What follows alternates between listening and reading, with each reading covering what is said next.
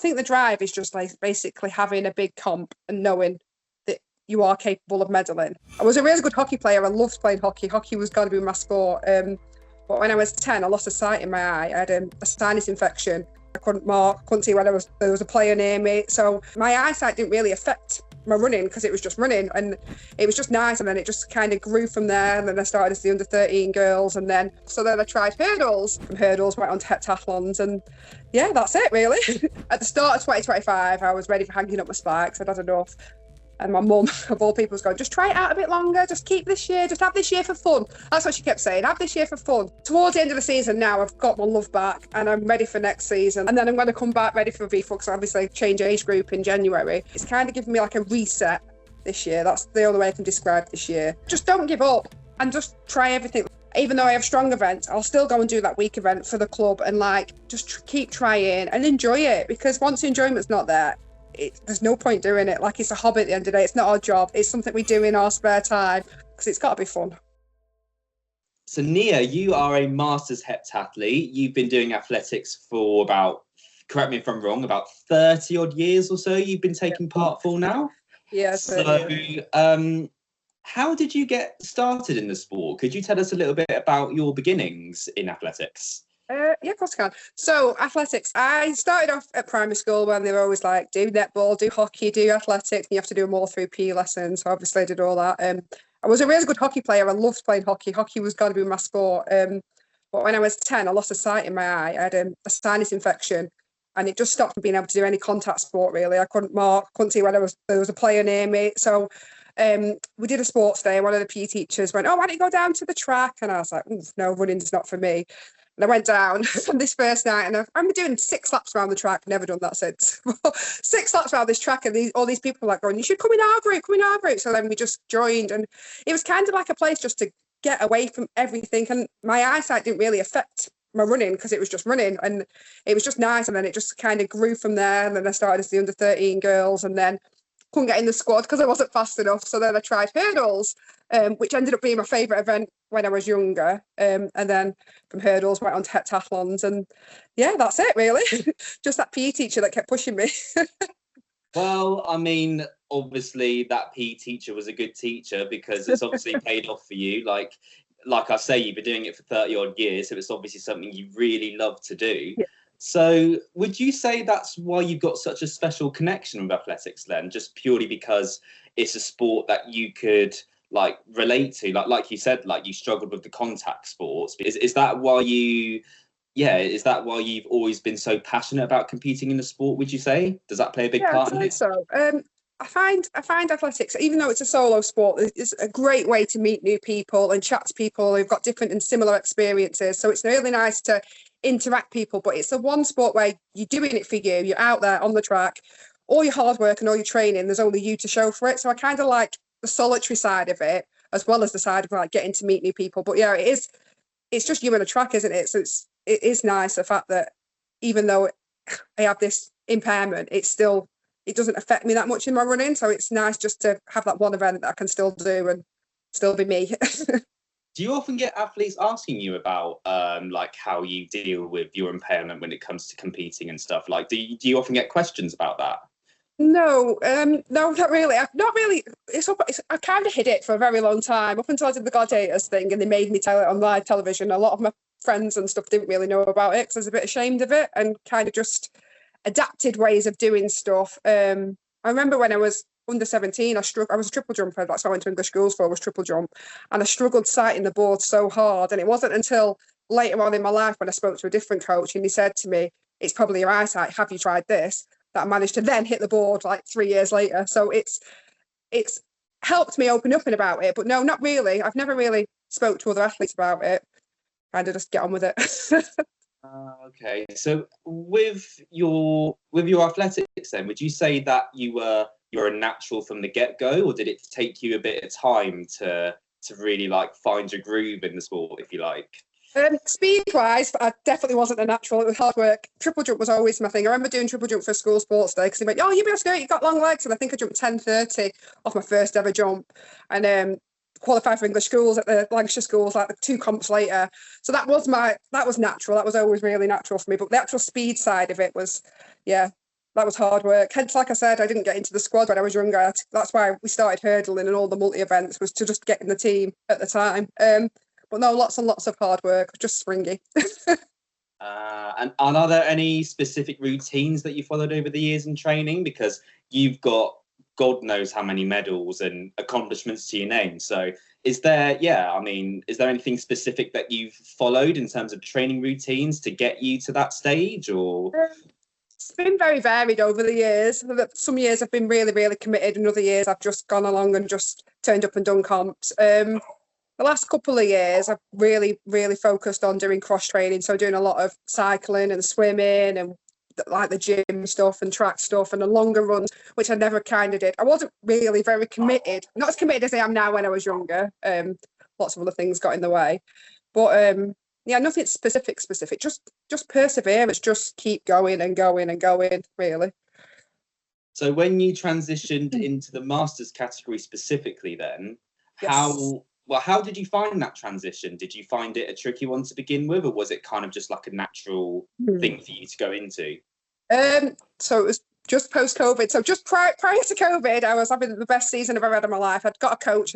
I've had many coaches over the years. I've done a lot of it on my own. And we had a coach and we had a little training group, and I was running the fastest I've ever run in my life. Then COVID came out of COVID just as I was turning masters, and it wasn't a challenge in the fact of joining the masters. It was more challenging trying to get back to where I was at. So it took me well over a year to get back to like the same sort of standard I was at. So it was frustrating in a way, but masters was kind of there as like a safety net, because I wasn't where I was at. Whereas at the masters level, I was much higher than, so it took the pressure off a bit.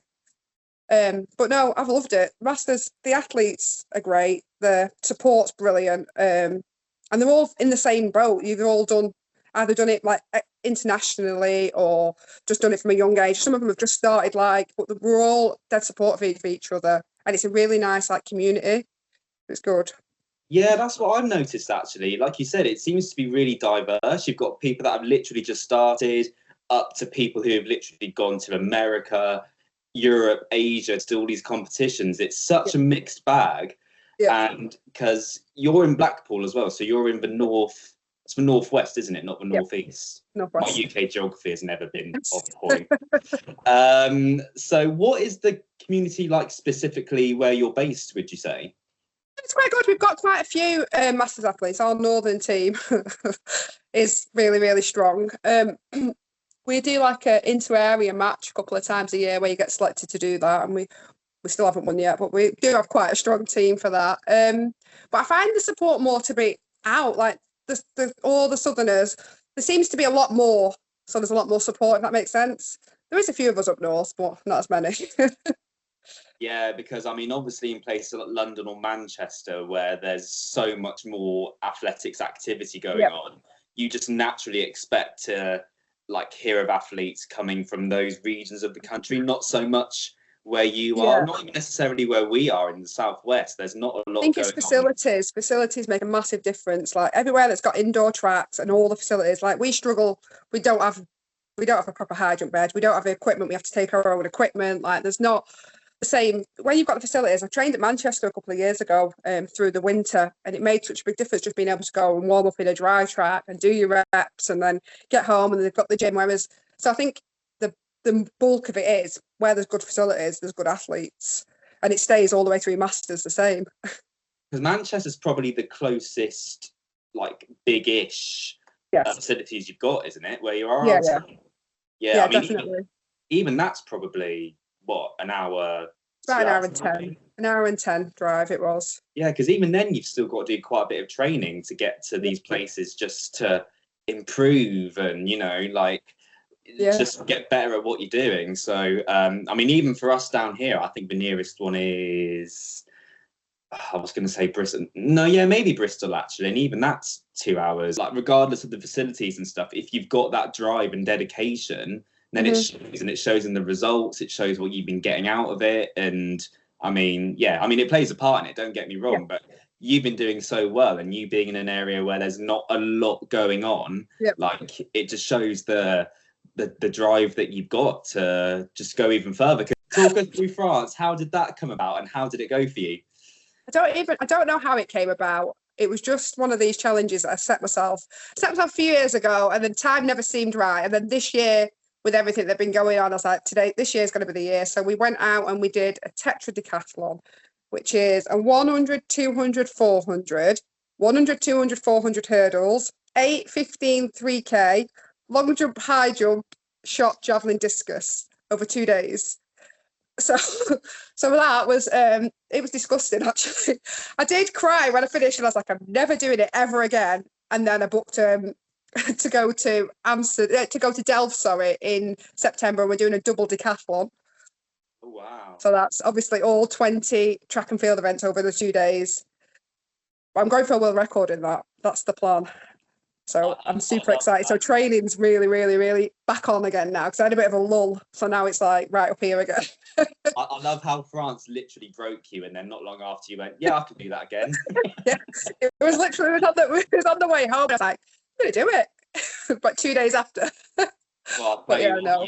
You've got tons more commitment than I have, because I'm not sure I could have survived another decathlon after that. So fair play to you. It was really good. And you said earlier actually that you used to be predominantly a triple jumper, really, more than anything. Yep. So, I mean, what made you switch to becoming more of a multi-eventer and heptathlete over the years? What made you expand your horizons? Probably just my shins, and my body wasn't letting me jump anymore. Realistically, no, I think it was.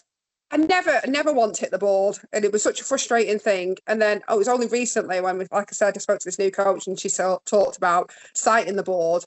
It was frustrating. I was forever jumping like a good meter behind the board. We're even close to the board. So I was always like, if you'd got the board, you could have done this. I had coaches coming up to me going, if you got the board, you could have won. If you'd done this, you could have won. I was like, but I can't. So I kind of just fell out of love with it, stepped away from the track, and then came back. And I think it was a league match. Someone said, oh, we do high jump for points. And I was like, oh, God. Not done it for like 10 years, I think. And then I think I jumped to 155, and I was like, oh, that's all right. And then it was a dreaded 800. So I trained for 800s, and then it just became every event just became nice, apart from javelin. Still hate javelin. But yeah, no, it was just a gradual sort of switch. So I did do triple jump again back in the indoors. Was it last year? I think it was last year. Right. A couple of years ago. Anyway, I became a world champion at that for Masters, and then I did it again the following year indoors, but kind of not really done it much this year. So is javelin the one you struggle the most with out of all of them then, would you say? Yeah, me and javelin do not get on. So what is it about javelin that you struggle with out of interest? I don't know. I think a little bit is the sight bit. Everyone's like, look down the field. I was like, I can't look down the field. I can't see. So that's a bit frustrating. I don't know. I feel like the more effort I put in javelin, the less it goes. Like all my throws now, I just stand and literally stab it into the ground. We don't work. I'm working on it, but it doesn't get any better. I was going to say, because I'm sure I've seen you do like training sessions with I tried for it. There. It just doesn't go any further. So you're giving it a go. 25-meter wall, and no matter what I do, I can't get past this wall. Oh, no, because I mean, how long have you been trying javelin for? Has it been a fair while? It is. Years and years. Since I came back to doing heptathlons. It's never progressed any further. I've put meters on my shot. My high jumps got higher. Hurdles have got quicker. 800s, I think I've knocked 17 seconds off my 800. My javelin is just at a wall. My brother-in-law used to throw for Great Britain. He came and gave me some coaching sessions. No, nothing works. So what are your strongest ones then at the moment? If you had to rank them? Rank-wise, shot put at the minute, I'm ranked 50th in the UK senior, like all age groups, which is probably my highest senior one. But for Masters, high jump, I'm ranked number 1. Hurdles and shot, I think I'm 3rd in the UK at the minute. So I think javelin, I'm about 20th. So definitely not javelin. But I don't know. My favourite event is at the minute is hurdles, but I've only got 2 races left at 100 hurdles, and I dropped down to 80 hurdles, which is going to be a massive change. I'm 6 foot tall, and the hurdles go to like 76 centimetres. So I don't know how that's going to go. But I'm going to give heptathlons another year. Next year, my first year is being 40, and then see how they go. And if not, I'm moving over to 4 hurdles. Don't knock your That's the javelin goal. placing though. That's top 50 at least. No, top 25 at least. So that's still Yeah. something. But Yeah. I think you're Frustrating. doing better than you think you're doing. That's Yes. what I think anyway. But Everyone says this to me. because javelin, to be fair, I mean that's well, no. To be fair, I say this about all the throws events. I think a lot of people just think you're throwing a ball or you're throwing a disc and that's it. But no, especially if you're throwing the heavier ones like the 6 kilogram, 7 kilogram ones. No, you need some serious strength for that. It's not just a case of Lobbing. you've done it. No, so I mean, I give props to everyone that does the throws events because I know there's so much more to it than what people think there is. So yeah, you're giving it a good go by the sounds of it, and that's all you can do. Trying. So this past year in general, I know we've had some conversations here and there. Yeah, I know that face says it all. I know you've had like a really, is hectic the right word? A hectic year? Crazy. Yeah. So how would you compare this year to other years? I mean, what's your progression been like over the past few months, past year or so? Performance-wise. Yeah, let's go with that. Rubbish. No, I don't know. 2024 was a brilliant year. Everything was going right. I was training well, eating well, my health was well. And then 2025 hit and everything kind of just tumbled a bit. So at the start of 2025, I was ready for hanging up my spikes. I'd had enough. And my mum, of all people, was going, just try it out a bit longer. Just keep this year. Just have this year for fun. That's what she kept saying. Have this year for fun. But I was like, it's not fun when you're not winning, mum. So it was a lot of like club events and doing stuff at like lower levels. I did qualify for English champs again this year, but just didn't have the guts to go because I'm just not mentally where I want to be. But yeah, towards the end of the season now, I've got my love back and I'm ready for next season. Like I'm going to do this double decathlon. I'm going to get a world record and then I'm going to have a break and then I'm going to come back ready for VFUX. So obviously change age group in January. Better than ever. So I am looking forward to it. It's kind of giving me like a reset this year. That's the only way I can describe this year. But my performances I've done, I would have been happy with if I hadn't had last year. You've had a lot going on. Yes. You've moved house and you've had house. I've been quite poorly. I've been in and out of hospital quite a bit. But yeah, but I just find it all like I feel like it's an excuse. Like, it just frustrates me because I'm like, yes, but I've had Lyme disease since 2017 and I've managed to get on and train and do it. So this year it's kind of frustrated me a bit more because it's holding me back more. And I'm not quite sure why, but we'll just keep going. We'll keep going. Some days I'm absolutely fine, like feel you don't even know you're ill. And other days can't get out of bed, like joints are aching. Do you even have the flu and you start to get better, but you still feel that lull?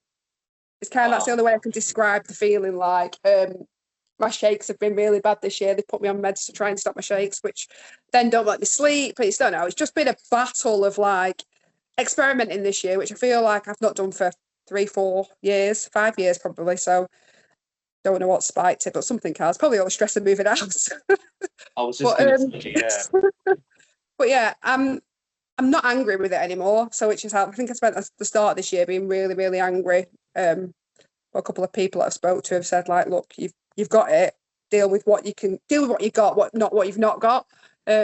So yeah, it's been a reset year. That's what we'll call what you're saying. I mean, obviously, it's been a lot of external things that have been like keeping you from getting any further this year, which must be so frustrating. Like I can kind of imagine it. I mean, so what would you say your main goals are from here to this point next year? Do you have anything that you've set out that you're hoping to achieve, or? I want to do the England Champs indoor. I've not done an indoor for about 20 years. So that's my goal for this year, to get a really good winter in and go and do the England Champs indoor comp. So that's my goal for the start of the year. And then I think Poland for the European Champs, and try and get on the podium for a couple of events in that. They are my big plans for the start of the year, yeah. Wow, I didn't realise you hadn't done an indoor champ for so long. That's no, a long time. Not for the pen. Yeah, for a very, very long time. I'll have a look later. It must be. I think it must have been like on the first year under 17. Last time I did an indoor one. So yeah, that's my goal. I would love to see that if you do that. Fingers crossed it actually happens for you and you get something good out of it. That'd be amazing.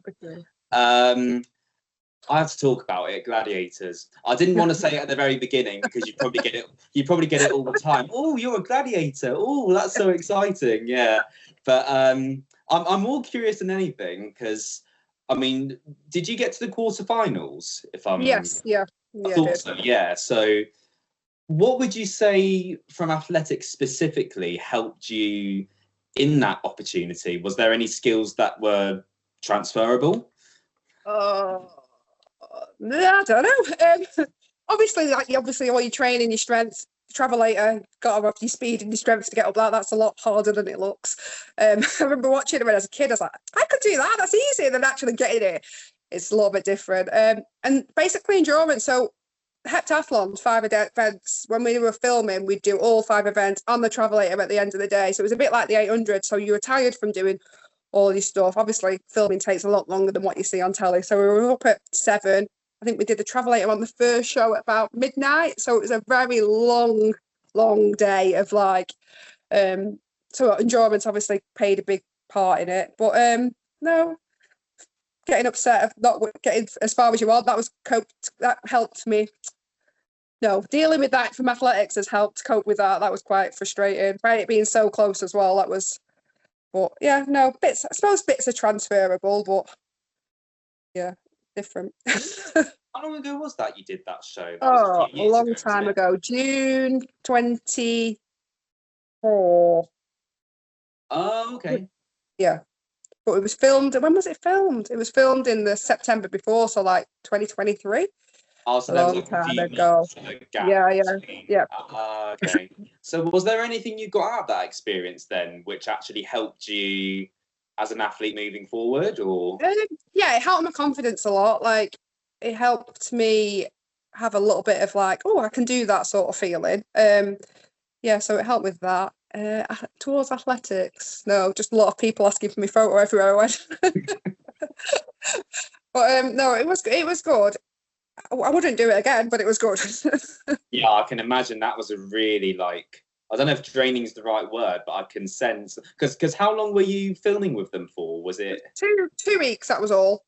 Oh, we, 2 weeks. We had 2 days before of like learning what the events were, and then 2 weeks of filming. But yeah, I don't know. It was interesting. But it was literally non-stop, like you say. Yeah. I mean, the early starts, I mean, you get plenty of those being an athlete anyway. So like you say, that must have helped you with that at least. Yeah, it was a bit like a heptathlon, like yeah. So coming off each event and thinking, right, that event's done now, put it in the bag, onto the next event. That's the only way I can like relate to it, is the fact that it was like doing 5 events and then an 8 sort of thing. So yeah. But with the camera in your face all the time in front of 30,000 people. Yeah. Is that how many it was at the... Yeah. Big stadium. Very, very big stadium. That was daunting because you'd obviously never experienced anything like that, and you just walk out to like hundreds and hundreds of people. You're like, oh, hello. What and there's no retakes, is there? Everything's like done there live, so it's quite scary in that respect. But I was just going to say, how did you first cope with that? Like when you very first went into that stadium and you saw all those people, what were your like first emotions? Was it literally a case of, oh my God, what am I doing here? Yeah, pretty much. I remember the first one, we had helmets on for safety gear, and I remember just thinking, I'm so glad I can't see properly now because I was so nervous. But then by the time we got to the quarters, it was lovely. So I think it was daunting, but then the support from everyone, even everyone like shout your name out, and there was a lot of support for people I didn't even know just cheering me on and stuff, which was nice. So yeah, no, it was daunting, but it was really nice. And that's really good that you've got a lot of confidence from that, because I think you said it earlier on actually, like you pretty much train yourself, don't you, when it comes to training? I mean, how long have you been self-taught for? How long have you been Well, pretty much. I kind of coached when I was younger, and then I went over to had a triple jump coach over in Manchester, and then I stopped to have one of my children, and then can't since then. So probably like, how old is she now? 19 years. But then I had a bit of help with some coaches in between at Blackpool, like odd sessions and stuff, but nothing like solid set. Never had like a heptathlon coach going, right, today we're doing long jump, high jump. Like it's all been sort of self-taught and videos on YouTube, and spoke to coaches at athletics meetings and stuff. So I would love just to have someone for a year just to go, right, this is your session. I'm committed, I'm determined. Someone just said, right, here's a year. I'd love to see where I could get to. Like, because if I've done what I've done from just driving up to Manchester and doing bits on my own and not really having someone going, you're doing this wrong, I'd love to just see what level I could get at having a coach, like just for a year. I reckon my goal was, if I got a coach, to get a 5,000 heptathlon point score. That would be my goal, but yeah, that's my dream. So how do you keep yourself motivated then when it's all pretty much you on your own? I don't, hence 2025.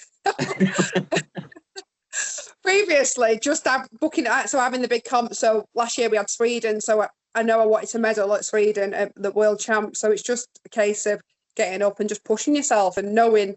And it helps when you're training and you compete and you're rewarded by the good performances. It's easy then to just go, oh, well, I've done better, so I can push harder, so I'll do better. I think this year's shown me that you can't really. As well, it kind of took over my life a bit, which was good because I was loving it. And then this year I've sort of relaxed and had more of a home life, but then my performances have dropped. So it's kind of finding like the balance of what is acceptable. But yeah, no, I think the drive is just like basically having a big comp and knowing that you are capable of medaling. So it's just like, it's the same with anyone.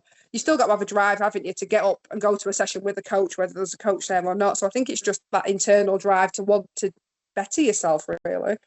I think actually it's becoming more of a thing now for a lot of masters athletes to just, like teach themselves and just do things off their own. The masters athletes, they've got other lives, haven't they? So they've got the kids and the jobs and everything. And if there's a training session at 5:00 on a Tuesday with a group, but you don't finish work till 5:30, it's fitting in. So there's not as much options. When you're a kid, your mum just takes you to your training session, you come home, or you drive yourself to your training session, you come home. But then trying to fit the sessions that are provided into everyday life is challenging. So I think that's where people turn to like self-coaching and finding ways they can do stuff themselves.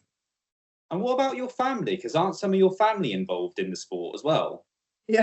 Yeah. So my husband competes with me, my eldest daughter and my second youngest daughter now. Last year all of us competed, but two of them have packed up now. We have a lot of house rivalry. So currently we've got a high jump battle going on between me and my 13-year-old. I'll jump one comp, then she'll out jump me. So we've got like a little house battle going on. But yeah, no.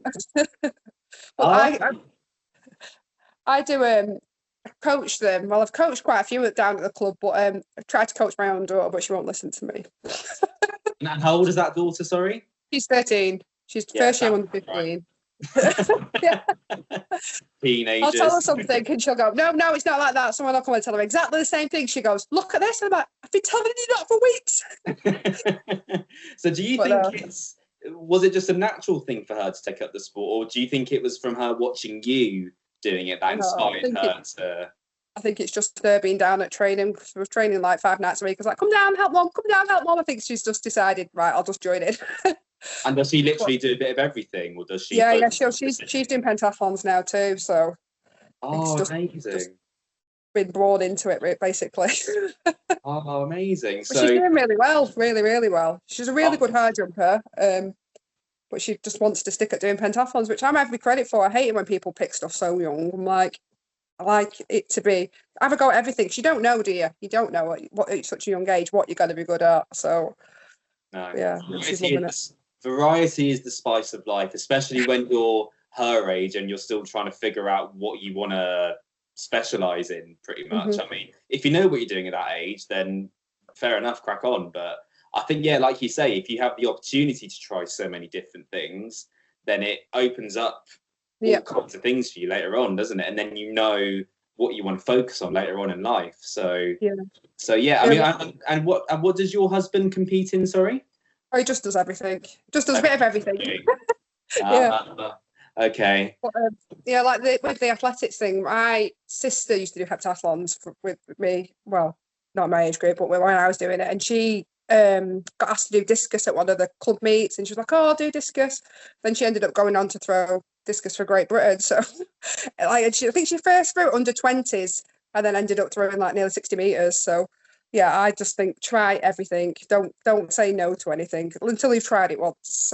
Do you think that's part of the reason why you want to do so well sometimes, just to like show your family that Oh yeah, it's definitely. possible? Yeah. 100%. I always think I'm going to find me a event. But I've got a hammer session tomorrow now. I've not done hammer before, so actually I have done hammer once. I threw 9 meters 80 with a 4K hammer. Bear in mind my shot put's 12 with a 4K shot put, which is the wrong way round. Definitely the wrong way round. So I've got my first hammer session tomorrow. So maybe that'll be my event. We'll see. Oh wow! So what? Oh, so that's your your second pretty much session with hammer, is it? Did you say? Well, with my first session, once I just went and lobbed it out of a cage for points a fair few years ago now. So when we go out to Delft in September, hammer's obviously in the double decathlon. So I was like, there's a throws coach down at the club. So I was like, can you just do some hammer with me one night? I learned how to pole vault on the runway during a decathlon at the start of the year. So yeah, it's been an interesting year. What are you hoping lies ahead for your, like, I mean, obviously, like, you've got yourself to think about and your own goals, but what are you hoping lies ahead for your children and your husband? Like, do you hope they're gonna go on to achieve certain things? Yeah, definitely. Of course I do. Gracie's definitely just doing it for fun now. She's just turned 19 and she did it when she was younger, and she's just come back. She's like, I don't want the pressure. I just want to do it for fun. So I love that she's still doing it. But Esme, she's definitely got potential. So she struggles with social side of it and confidence, and she's really introvert. So it's helped her come out of a shell loads. Like under 13 Esme and under 15 Esme, like two totally different athletes mentally.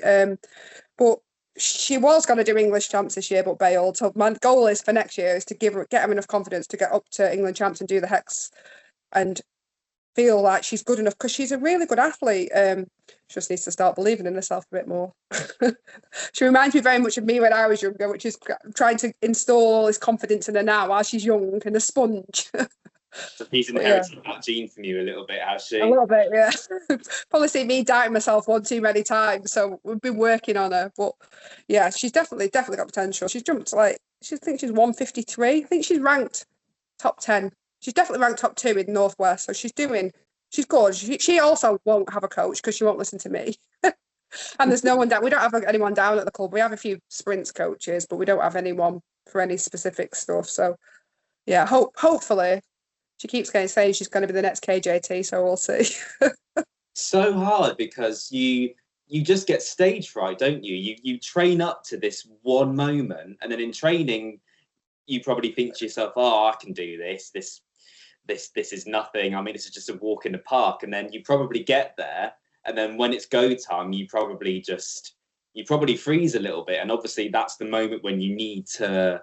Yeah. I mean, do it. So yeah, I mean, it's so hard, isn't it? It's like I keep saying to people, it's not just physical. A lot of it is mental, and like keeping yourself healthy up there in your head. It's just so 100%. tricky. I mean, would you say well, I think you just said it then, actually, even as a youngster, were you struggling with that a bit? Yeah, 100%. I think as well in our club, it was always the sprinters were the best, and everyone else didn't do a sprint kind of was pushed to the side. Where I think that's kind of changed a bit now, so that helps. But yeah, no, I never had much self-confidence when I was a kid. In fact, it's taken me a really long time, even as a masters athlete, I remember turning up a couple of years ago to Europeans, and I said to John, because he'd come, my husband, and he was like, "Why are you so nervous?" And I wasn't nervous in the fact that I was going to get beat. I was nervous that when I was doing drills, I wouldn't look right, or I didn't know what I was doing and people were going to laugh at me. And I think I ended up winning the comp and becoming world champion. But I still remember being in the warm-up area thinking, I'm not good enough to be here, I shouldn't be here. So yeah, it's taken me a long, long time to build up a little bit of confidence. I think it's more common than people realise that. I think a lot of athletes don't like to show it because they like to give they like to try and look at least a little bit confident when they're out there, don't they? But actually, a lot of them, I think, really struggle with like, because they see a lot of these athletes doing really well, and I think they mentally think, oh, what if I don't get to that point? What if I don't get to where they are right now? And they taunt themselves a little bit, don't they? So yeah, I get that. yeah, no, it's yeah, it's just so tricky. But so I wouldn't say it's a deep question, but it's a question that might get you thinking a little bit. So, I mean, over these past 30 odd years, whatever it is, what would you say has filled you with pride the most? Whether that's something you've achieved, something you've internally achieved in your mentality, or whatever that might be. I mean, what has made you most proud? I don't really know. Performance-wise, obviously becoming world champion, nothing beats being a world champion. And when it was not expected, that was lovely. Otherwise, I think like just gaining that little bit of like belief in yourself. I remember last year feeling the first time I walked into a track meet and I thought I could win the race, and I've never really had that feeling. So I think that carried out externally a bit as well. So I did have a lot more confidence and belief in myself. But that goes hand in hand. Like the more belief you have, the better you perform. So it is kind of like a catch 22. But most pride, yeah, probably competition wise, either being a world champ or doing the English champs last year. Get into like being in the call room next door to KJT, and like you've watched her on telly all the time, and then knowing you're at the same competition as her, that was very surreal. And really, like, I remember all my kids came to watch and they were like, Mum, you can jump in at the same time. And it was just like, so that was probably one of my proudest moments, getting to compete with your idol. It's not many people get to do that, do they? So that was probably it. Definitely not. And well, are you hoping to compete in the sport for many years to come, I assume? Or yeah, definitely. I maybe change event, but I was really close last year to qualifying for British champs for the 400 hurdles, and I just turned up and did a random race once at a Masters comp. I jumped out the triple jump run up, went to the start line, and around the 65 from a standing start, and I think the qualifying was 63, so I was like, I could probably do this if I actually put some effort in. So I think I'm going to give another year at Heps next year, and then if I don't get where I want to be, I am going to do 400 hurdles for a few years. So that is the plan. Okay. So you have a rough idea at least, yes, of where you're gonna. Oh, ideal.